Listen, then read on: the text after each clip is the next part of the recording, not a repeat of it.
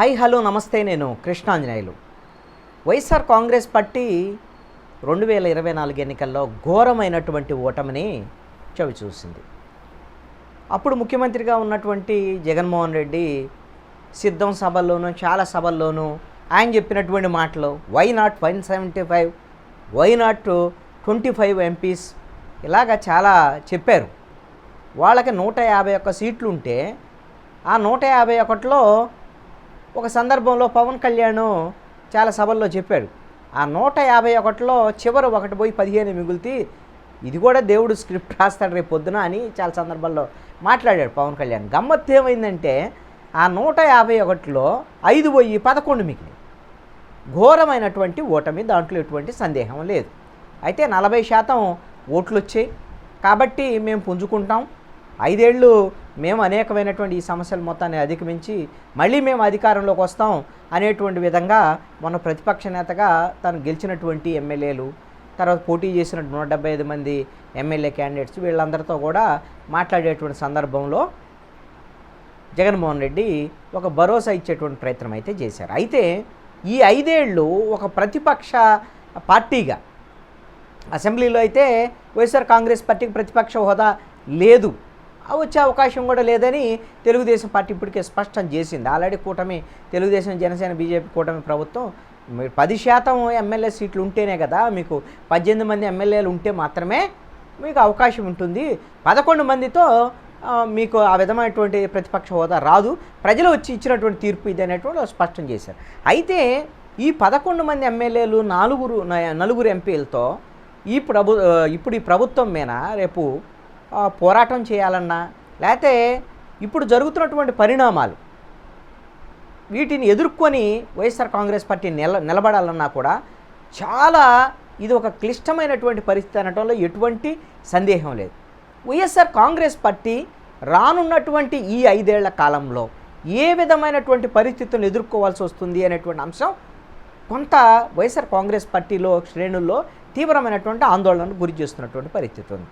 ఇప్పుడు వైసీపీ అధికారంలో ఉన్నప్పుడు కొంతమంది నేతల మీద కేసులు పెట్టడము, అరెస్టులు చేయటము, ఈవెన్ అచ్చెన్నాయుడు, కొల్లు రవీంద్ర, చంద్రబాబు నాయుడు మీద కూడా కేసులు పెట్టి అరెస్ట్ చేశారు కదా. అదేవిధంగా నారా లోకేష్ను కూడా విచారణకు పిలిచినటువంటి పరిస్థితులు ఉన్నాయి. పవన్ కళ్యాణ్ కూడా ఏదో సందర్భంలో పోలీసులు కొంత విశాఖపట్నం వెళ్ళినప్పుడు సందర్భంలో ఇట్లా వేధింపులు గురి. ఇప్పుడు అదే తరహాలో మళ్ళీ మరి ఈ ప్రభుత్వము వైఎస్ఆర్ కాంగ్రెస్ పార్టీ నేతల మీద కేసులు పెట్టేదానికి అవకాశాలు ఉండొచ్చు అనేటువంటి ఒక చర్చ జరుగుతున్నాడు. అయితే అసలు వైసీపీ ఎదుర్కొనేటువంటి ప్రధానమైనటువంటి సమస్యల్లో కీలకమైనటువంటిది ఈ ప్రభుత్వం, తెలుగుదేశం, జనసేన, బీజేపీ కూటమి ప్రభుత్వము వాళ్ళు స్పష్టంగా 7 శాఖల్ని ఎంపిక చేసుకొని వైట్ పేపర్స్ రిలీజ్ చేస్తున్నారు. ఈ 7 శాఖల్లో అన్యాయాలు, అక్రమాలు, అవినీతి జరిగాయి అనేటువంటి దాని మీద అన్నీ కూడా ఇప్పుడు మద్యము, ఇసుక, అదేవిధంగా మైన్సు, నేను పోలవరం మీద వైట్ పేపర్ రిలీజ్ చేశారు, సాగునీటి ప్రాజెక్టుల మీద వైట్ పేపర్ రిలీజ్ చేస్తూ ఉన్నారు, తర్వాత అప్పులు, ఈ ఆర్థిక అక్రమాలు వీటి మీద కూడా వైట్ పేపర్ రిలీజ్ చేస్తారు. ఇవన్నిట్లో కూడా వైట్ పేపర్ రిలీజ్ చేసి ఏం చేస్తుంది ప్రభుత్వం? గత ప్రభుత్వం చేసినటువంటి అన్యాయాల, అక్రమాలను ఎత్తి చూపడంతో పాటుగా ఎవరైతే దాంట్లో మంత్రులు, అధికారులు బాధ్యులుగా ఉన్నారో, లేకపోతే ముఖ్యమంత్రి బాధ్యులుగా ఉన్నాడో అప్పుడు ముఖ్యమంత్రి, వాళ్ళ మీద కేసులు పెట్టడానికి అవకాశం ఉంది. ఎక్కువ టార్గెట్ అయితే మాత్రము ఖచ్చితంగా జగన్మోహన్ రెడ్డి ఉంటారు మొట్టమొదటిగా. ఎందుకంటే మద్యానికి సంబంధించినటువంటి వ్యవహారంలో అప్పుడు ఎక్సైజ్ మంత్రి ఎవరు ఉన్నారు, ఏంటి ఇవన్నీ సంగతి పక్కన పెడితే మొత్తం జగన్మోహన్ రెడ్డే చేశారు అనేటువంటి దాని మీద ఆరోపణలు ఉన్నటువంటి పరిస్థితి ఉంది. ఇసుకగానే ఉండదు.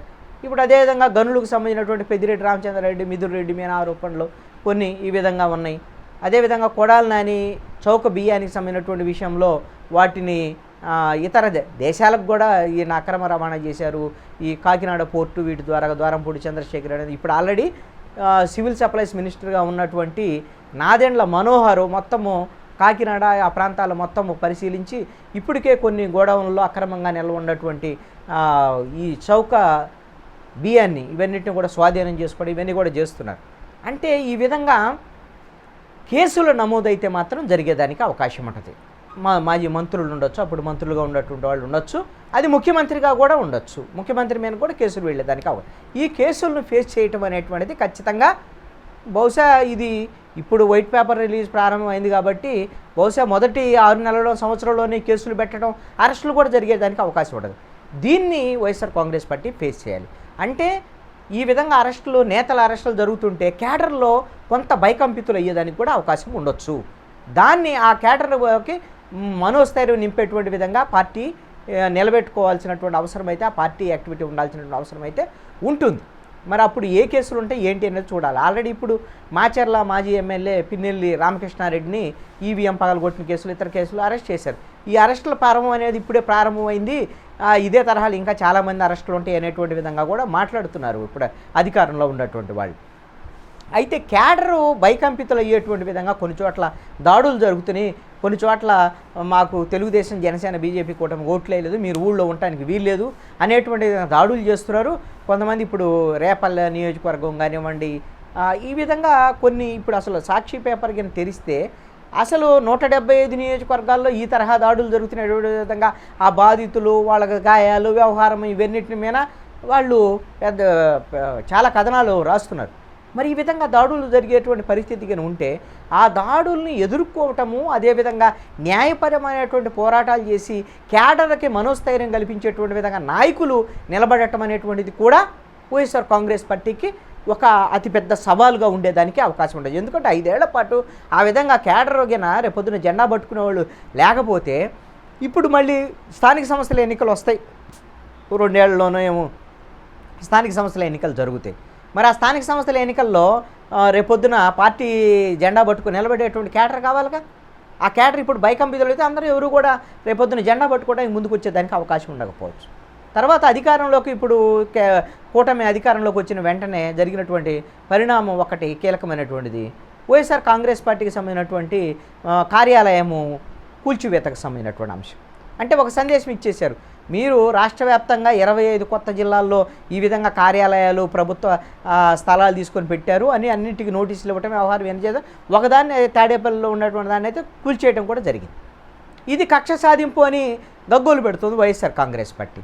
ఇది కక్ష సాధింపు కాదు, ఇది అమరావతికి సంబంధించిన సీడీ యాక్సెస్ రోడ్ని పూర్తిగా అడ్డుపెట్టేటువంటి విధంగా ఒక దురుద్దేశపూర్వకంగా ఇది గడుతున్నారు. అసలు ఒక జీవో ఇచ్చారు తప్ప స్థలం మంజూరుకు సంబంధించి దానికి సంబంధించినటువంటి అనుమతులు లేవు, ఏమీ లేవు అనేటువంటి విధంగా అధికార పక్షం చెప్తున్నటువంటి మాట. ఈ విధంగా అసలు మొత్తం రాష్ట్ర వ్యాప్తంగా ఉండేటువంటి వైఎస్ఆర్ కాంగ్రెస్ పార్టీ కార్యాలయాలని అనుమతులు ఇవన్నీ కూల్చేస్తారా ఏమిటి అనేటువంటి ఒక భయాందోళన కూడా నెలకొన్నటువంటి పరిస్థితి ఉంది. మరి దీన్ని ఏ విధంగా అధిగమించగలుగుతారు ఏంటి అనేటువంటిది చూడాల్సినటువంటి పరిస్థితి అయితే ఉంది. దాని మీద లీగల్ పోరాటాలు ఇవన్నీ కూడా మళ్ళీ చేయాల్సినటువంటి పరిస్థితి అయితే ఉంటుంది. ఇదే క్రమంలో కొంతమంది ఎవరైతే వైఎస్ఆర్ కాంగ్రెస్ పార్టీ తరఫున యాక్టివ్గా ఉండేటువంటి వాళ్ళు ఉన్నారో వాళ్ళందరి మీద కేసులు, ఏదో ఏ ఒక యాక్టివిటీస్ గత ప్రభుత్వంలో వాళ్ళు ఉన్నప్పుడు చేసినటువంటి అక్రమాలు కానీ, దాడులకు సంబంధించినటువంటి వ్యవహారం కానీ వీటి మీద కేసులు పెట్టేదానికి అవకాశాలు ఉంటాయి. ఎవరు మాట్లాడుతున్నారో వాళ్ళు వాళ్ళ మీద కేసులు పెట్టి వాళ్ళ నోరు ఖచ్చితంగా నొక్కేసేదానికి అవకాశాలు ఉండొచ్చు. ఆ విధంగా మరి ఎవరైతే గత ప్రభుత్వంలో మంత్రులుగా ఉన్నటువంటి వాళ్ళు, ఎవరైతే కీలకంగా ఉన్నటువంటి వాళ్ళు, వాళ్ళందరూ ఇప్పుడు మరి ప్రతిపక్షంలో ఉన్నప్పుడు వచ్చి మాట్లాడగలుగుతారా? మాట్లాడేటువంటి విధంగా వైఎస్ఆర్ కాంగ్రెస్ పార్టీ చేసుకోవాలి. ఎందుకు అంటే ఇప్పుడు డిఫెన్స్ చేసుకోవాలి కదా. ఇప్పుడు ఏం చేస్తున్నారు, ముఖ్యమంత్రిగా పనిచేసినప్పుడు జగన్మోహన్ రెడ్డికి 980 మంది అసలు తాడేపల్లి ప్యాలెస్ చుట్టూ పెట్టుకున్నారు. ఆయన జిల్లాలకు పోతే ఇంకా కొన్ని 100 మందిని ఈ విధంగా పెట్టుకున్నారు. ఈ విధంగా భద్రతకి ఎంతమందా అసలు ఒక ముఖ్యమంత్రికి అనేటువంటి విధంగా కూడా కొంత ప్రభుత్వమే ఒక ఈ జగన్మోహన్ రెడ్డి సెక్యూరిటీకి సంబంధించినటువంటి అంశాల మీద రివ్యూ చేస్తామనేటువంటి విధంగా ముఖ్యమంత్రి చంద్రబాబు నాయుడు కూడా మాట్లాడు. అంటే జగన్మోహన్ రెడ్డి పవర్ ఉన్నప్పుడు ఈ విధంగా ప్రజాధనం దుర్వినియోగం అయ్యేటువంటి విధంగా ఎక్కువ మందిని భద్రతను పెంచుకున్నారు, ఈ ప్రజాధనం దుర్వినియోగం చేశారు. మరి దానికి సమాధానం చెప్పుకోవాలి కదా. ఇప్పుడు పోలవరం వైట్ పేపర్స్ వరుసనే రిలీజ్ అవుతున్నాయి, దానికి సమాధానం చెప్పుకోవడానికి ఎవరు చెప్పేది ఎవరు? వాళ్ళు కీలకమైనటువంటి నేతలు బయటకు వచ్చి మాట్లాడాల్సినటువంటి పరిస్థితి. అదేవిధంగా రిషికొండ మీద కొట్టేటువంటి ప్యాలెస్కి సంబంధించినటువంటి విషయంలో ఆ ప్యాలెస్ కొన్ని కోట్ల రూపాయలు పెట్టి కట్టారు, ప్రజాధనాన్ని ఎంత అవసరమా ఇది ఈ విధంగా అనేటువంటి విధంగా కూడా ప్రభుత్వము దాన్ని బయటికి తీసుకొచ్చేటువంటి ప్రయత్నం చేస్తుంది. వీటి మీద అసలు ప్రభుత్వ వాదన ఏమిటి, ఇది ప్రజాధనం దుర్వినియోగం అయిందా లేదని ఇవన్నీ కూడా చెప్పుకోకపోతే ప్రజల్లో అంటే 5 ఏళ్ల ప్రభుత్వ హయాంలో ప్రజలకు అన్యాయం జరిగింది, వైఎస్ఆర్ కాంగ్రెస్ పార్టీ అక్రమాలు చేసింది, అన్యాయాలు చేసింది, మొత్తము వాళ్ళు కోట్లాది రూపాయలు, వందల వేల కోట్ల రూపాయలు దోచుకున్నారు అనేటువంటిది ఈ వైట్ పేపర్లో రిలీజ్ అయింది. మరి వాటి మీద సరైనటువంటి సమాధానం చెప్పుకునేటువంటి పరిస్థితి కింద లేకపోతే ప్రజల్లో వైఎస్ఆర్ కాంగ్రెస్ పార్టీ మరింత అబాసు పాలయ్యేటువంటి అవకాశం ఉంటుంది. భవిష్యత్తు అనేటువంటి వైఎస్ఆర్ కాంగ్రెస్ పార్టీకి అగమ్య గోచరంగా మారేటువంటి అవకాశం ఉంటుంది. ఇవన్నిటిని ఫేస్ చేయాల్సినటువంటి పరిస్థితి అయితే మాత్రం వైఎస్ఆర్ కాంగ్రెస్ పార్టీకి ఈ రోజున ఉంది.